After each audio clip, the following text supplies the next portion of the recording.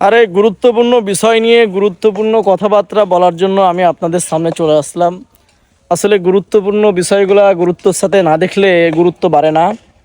আসলে গুরুত্বর কথা আমি কি বলবো, আমি গুরুত্ব দিতে দিতে এমন জায়গায় এসে পড়েছি। গুরুত্বর বিষয় নিয়ে আমি আপনাদেরকে একটা কথাই বলবো। দেখতে পাচ্ছেন আমার পিছনে অনেক সুন্দর একটা গুরুত্বপূর্ণ জায়গা। এই গুরুত্বপূর্ণ জায়গায় গুরুত্বপূর্ণ সময় আমি এখানে কাটাচ্ছি।